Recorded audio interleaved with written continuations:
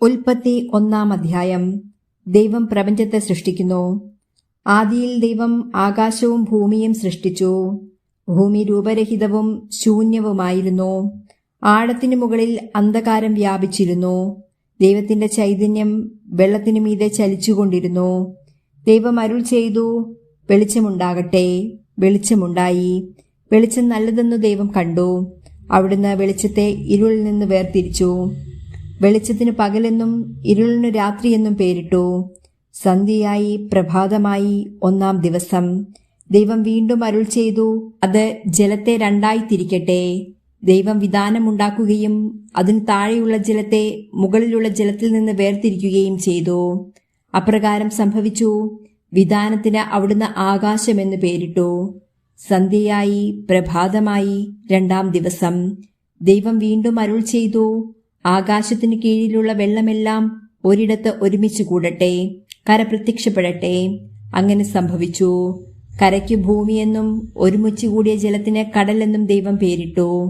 അത് നല്ലതെന്ന് അവിടുന്ന് കണ്ടു. ദൈവം അരുൾ ചെയ്തു, ഭൂമി എല്ലാത്തരം ഹരിതസസ്യങ്ങളും ധാന്യച്ചെടികളും വിത്തുൾക്കൊള്ളുന്ന ഫലങ്ങൾ കായ്ക്കുന്ന വൃക്ഷങ്ങളും മുളപ്പിക്കട്ടെ. അങ്ങനെ സംഭവിച്ചു. ഭൂമി എല്ലാത്തരം ഹരിതസസ്യങ്ങളും ധാന്യച്ചെടികളും വിത്തുള്ള ഫലങ്ങളോട് കൂടിയ വൃക്ഷങ്ങളും മുളപ്പിച്ചു. അവ നല്ലതെന്നു ദൈവം കണ്ടു. സന്ധ്യയായി, പ്രഭാതമായി, 3-ാം ദിവസം. ദൈവം വീണ്ടും അരുൾ ചെയ്തു, രാവും പകലും വേർതിരിക്കുവാൻ ആകാശവിതാനത്തിൽ പ്രകാശങ്ങൾ ഉണ്ടാകട്ടെ. അവ ഋതുക്കളും ദിവസങ്ങളും വർഷങ്ങളും കുറിക്കുന്ന അടയാളങ്ങളായിരിക്കട്ടെ. ഭൂമിയിൽ പ്രകാശം ചൊരിയുവാൻ വേണ്ടി അവ ആകാശവിതാനത്തിൽ ദീപങ്ങളായി നിൽക്കട്ടെ. അങ്ങനെ സംഭവിച്ചു. ദൈവം 2 മഹാദീപങ്ങൾ സൃഷ്ടിച്ചു. പകലിനെ നയിക്കുവാൻ വലുത്, രാത്രിയെ നയിക്കുവാൻ ചെറുത്. നക്ഷത്രങ്ങളെയും അവിടുന്ന് സൃഷ്ടിച്ചു. ഭൂമിയിൽ പ്രകാശം ചൊരിയാനും രാവിനെയും പകലിനെയും നിയന്ത്രിക്കുവാനും വെളിച്ചത്തെ ഇരുളിൽ നിന്ന് വേർതിരിക്കുവാനും ദൈവം അവയെ ആകാശവിതാനത്തിൽ സ്ഥാപിച്ചു. അതു നല്ലതെന്നു ദൈവം കണ്ടു. സന്ധ്യയായി, പ്രഭാതമായി, 4-ാം ദിവസം. ദൈവം വീണ്ടും അരുൾ ചെയ്തു, വെള്ളം ജീവജാലങ്ങളെ പുറപ്പെടുവിക്കട്ടെ.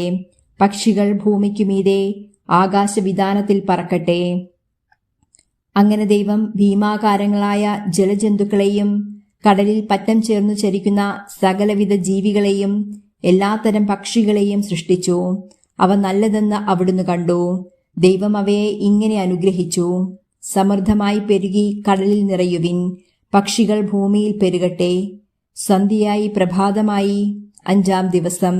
ദൈവം വീണ്ടും അരുൾ ചെയ്തു, ഭൂമി എല്ലാത്തരം ജീവജാലങ്ങളെയും കന്നുകാലികൾ, ഇഴജന്തുക്കൾ, കാട്ടുമൃഗങ്ങൾ എന്നിവയെ പുറപ്പെടുവിക്കട്ടെ. അങ്ങനെ സംഭവിച്ചു. അങ്ങനെ ദൈവം എല്ലാ ഇനം കാട്ടുമൃഗങ്ങളെയും കന്നുകാലികളെയും ഇഴജന്തുക്കളെയും സൃഷ്ടിച്ചു. അവ നല്ലതെന്ന് അവിടുന്ന് കണ്ടു.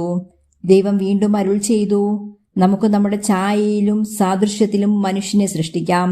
അവർക്ക് കടലിലെ മത്സ്യങ്ങളുടെയും ആകാശത്തിലെ പറവകളുടെയും നാൽക്കാലുകളുടെയും ഭൂമി മുഴുവന്റെയും ഭൂമിയിൽ ഇഴയുന്ന സർവ്വജീവികളുടെയും മേൽ ആധിപത്യമുണ്ടായിരിക്കട്ടെ.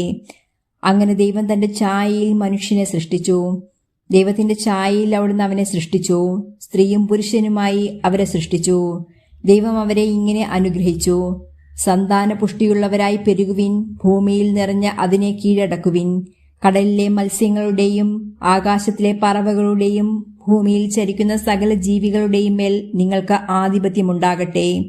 ദൈവം അരുൾ ചെയ്തു, ഭൂമുഖത്തുള്ള ധാന്യം വിളയുന്ന എല്ലാ ചെടികളും വിത്തുൾക്കൊള്ളുന്ന പഴങ്ങൾ കായ്ക്കുന്ന എല്ലാ വൃക്ഷങ്ങളും ഞാൻ നിങ്ങൾക്ക് ഭക്ഷിക്കാനായി തരുന്നു. ഭൂമിയിലെ മൃഗങ്ങൾക്കും ആകാശത്തിലെ എല്ലാ പറവകൾക്കും ഇഴജന്തുക്കൾക്കും ജീവശ്വാസമുള്ള സകലതിനും ആഹാരമായി ഹരിതസസ്യങ്ങൾ ഞാൻ നൽകിയിരിക്കുന്നു. അങ്ങനെ സംഭവിച്ചു. താൻ സൃഷ്ടിച്ചതെല്ലാം വളരെ നന്നായിരിക്കുന്നുവെന്ന് ദൈവം കണ്ടു. സന്ധ്യയായി, പ്രഭാതമായി, 6-ാം ദിവസം.